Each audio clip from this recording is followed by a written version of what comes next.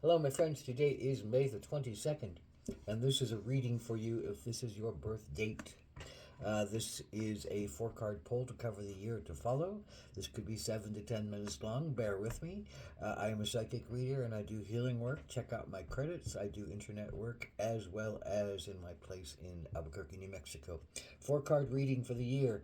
General energy card for the year. A challenge you might face this year. An action you can take to stay in balance, and an outcome or synopsis. General energy card of the year is the Mother. So, what is this card asking for you to reflect upon? Well, anybody who bears something is a mother, of something. So we are all mothers in some way. We give, we create energies, we create events, we create products, we create life.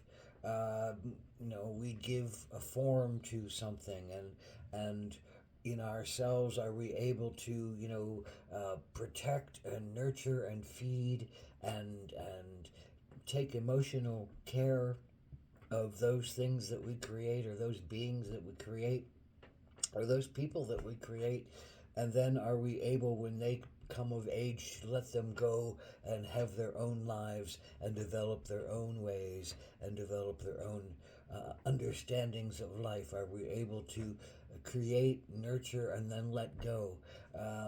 Was our own mother able to create, nurture, and let go of us? Was Are we able to do that? This is also might be about Mother Earth. It can be about your own mother. This can be about you as a mother, even if you're a man. This can be about anybody who has, uh, those emotional underpinnings, those intuitions, those emotional give and take, those sharings, those depths of feelings that are attached more to mother, the ability to give birth, and there's that deep connection from giving birth to someone or something. You're intimately involved, and that involvement will never stop. You're always, kind of, in a sense, transferring fluids back and forth between your mother and you, or you and your child, whatever that means. So all those questions come up around mothering this year. So what's your particular challenge? Eight of Pentacles.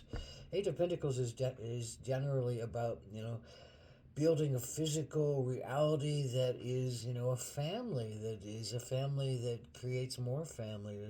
A beaver exemplar. Two beavers get together and they dam up a river, and they create an entire ecosystem where a whole bunch of other critters and beings and things that need to be in water and on top of water or visit water can come and get what they need done, and get the emotional support, but the physical support, the actual physical structures.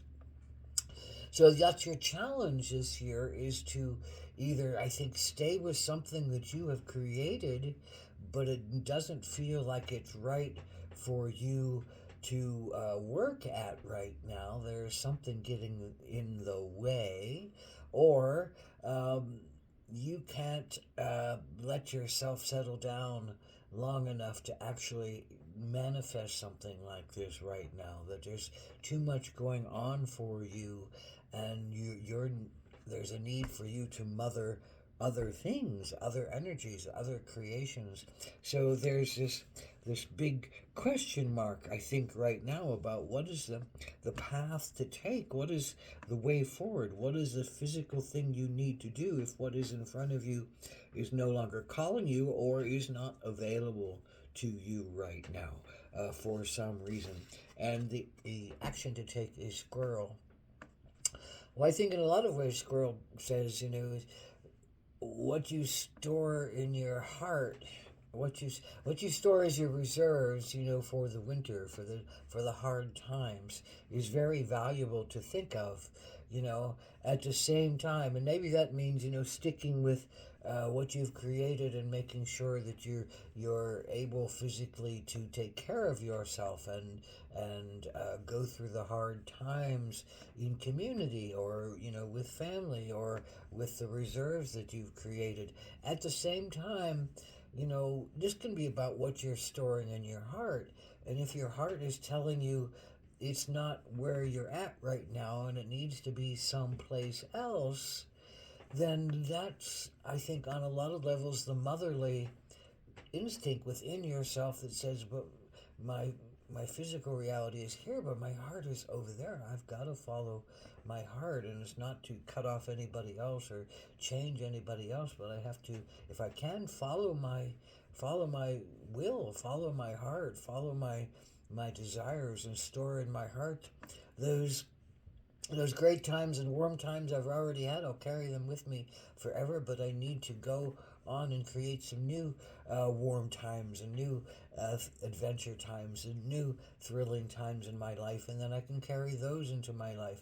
And maybe the physical realities of, having stuff, Eight of Pentacles, having stuff and stuff around me and stuff that I built is not as strong and as necessary for my growth and my thriving as going off on my own and going into my next phase and starting an adventure that speaks to something deeper inside of me that is equally as valid and equally as needed in one's life as the stability of staying in line and staying in the family and staying in the group, even if that's not really calling for you anymore, especially when that's not calling for you anymore. I think it's really time to examine what is next, because something else is calling to you, and to negate your heart would be, I think, in a lot of ways, folly for humans. If we don't follow our heart, if we don't try to open ourselves up to, the mergence of ourselves with mystery, with magic, with nature, with love, with adventure, with pleasure, with satisfaction, pursuit of happiness, pursuit of life, pursuit of liberty and freedom. All those things appeal to the heart, and you have to listen to those things when they speak to your heart, because they are as important mothering instincts as you can imagine, is to pursue those energies and let them take you where they need to take you. And when you find the next home, the next place you want to build, the next place you want to invite someone to go deeper with you and build something that is, a new dam, a new ecosystem, a new creation, then that can be there for you. But right now, I think it's really about listening to your own heart and listening to your own instincts and listening to your own intuitions, motherly instincts, motherly openness to new emotional experiences. I think that's what calling you, and the rut you're in, and sticking to the straight and narrow and the plane of what you've created, even though it's big and full and rich. It's not speaking to you this year. So blessed be to you. Oh.